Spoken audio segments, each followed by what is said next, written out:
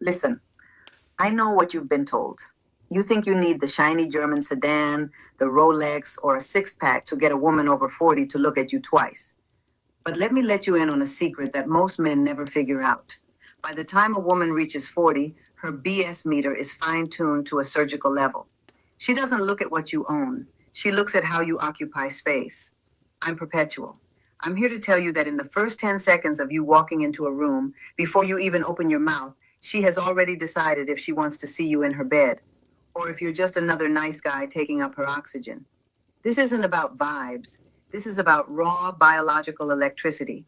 It's about the primal signals your body sends out that trigger her nervous system. Today, I'm peeling back the curtain on the three specific things she notices in those first 10 seconds.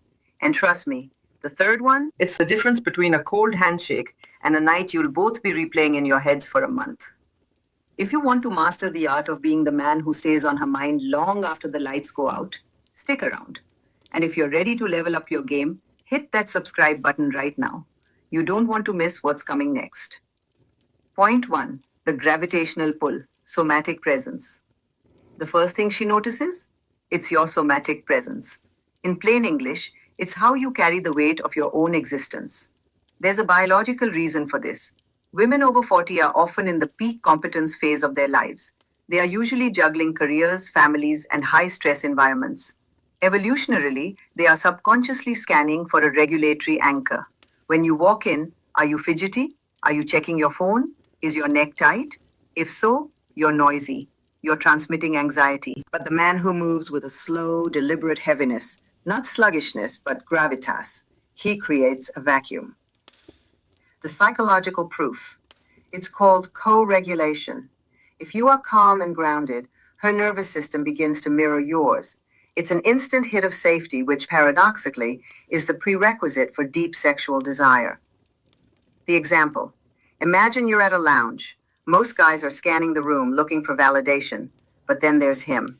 He walks to the bar. He doesn't rush. He doesn't look around to see who's watching. He occupies his seat like he owns the floorboards beneath it. When a woman sees that, she's not thinking about your car. She's wondering what it feels like to be held by someone who isn't shaken by the world. She's imagining your hands on her waist, steady and unshakable. That's the 10-second mark. You haven't said a word, and she's already feeling a flush in her chest. Point 2. The hunter's gaze, ocular dominance. The second thing is your eyes. But it's not the color, it's the intent. Most men look at a woman they find attractive and then immediately look away because they're afraid of being creepy or caught.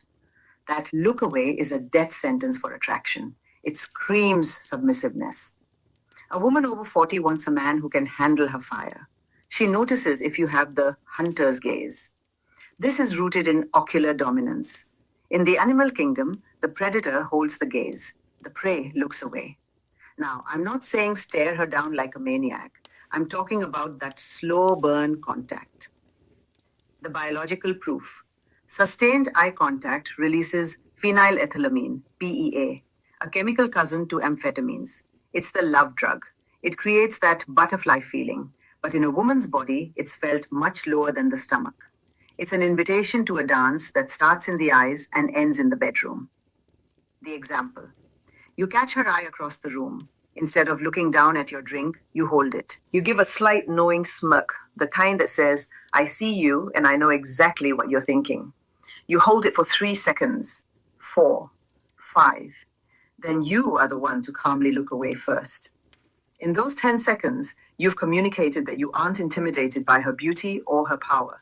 You've signaled that you are a man who takes what he wants. And for a woman who spends her whole day making decisions for everyone else, the idea of being taken is the ultimate aphrodisiac. It's raw, it's primal, and it's incredibly sexy. Point 3. The olfactory signature, the pheromone lock. The third thing, and this is the one that bypasses her logical brain entirely, is your olfactory signature. I'm not talking about drowning yourself in cheap cologne. Please don't do that. I'm talking about your natural scent mixed with a high-quality, subtle fragrance. The biological proof. It's all about the major histocompatibility complex, MHC. Evolution has designed women to be super smellers to detect genetic compatibility. A woman over 40 is often at a stage where her hormones are shifting and she becomes even more sensitive to pheromones.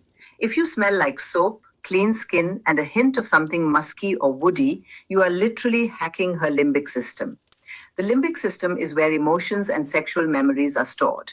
The example: you finally approach her. You lean in, just close enough for her to catch a whiff of your neck. You don't need to be touching. But that scent hits her, and suddenly her brain isn't thinking about her 9 a.m. meeting. It's thinking about the smell of your bed sheets. It's thinking about the heat coming off your skin. It's that animal pull. When a man smells right, it doesn't matter what he's wearing. He could be in a tattered t-shirt, but if that scent locks in, she's done. She's already imagining what it would be like to have her face buried in your chest while you get the idea. So, somatic presence, the hunter's gaze, the olfactory signature. None of these things cost a dime, but they require you to be present. They require you to step into your masculinity and stop apologizing for your desire. A woman over 40 doesn't want a boy she has to raise. She wants a man who makes her feel like a woman. Go out there tonight. Move a little slower. Hold your gaze a little longer. And for heaven's sake, pick a scent that smells like man, not mall.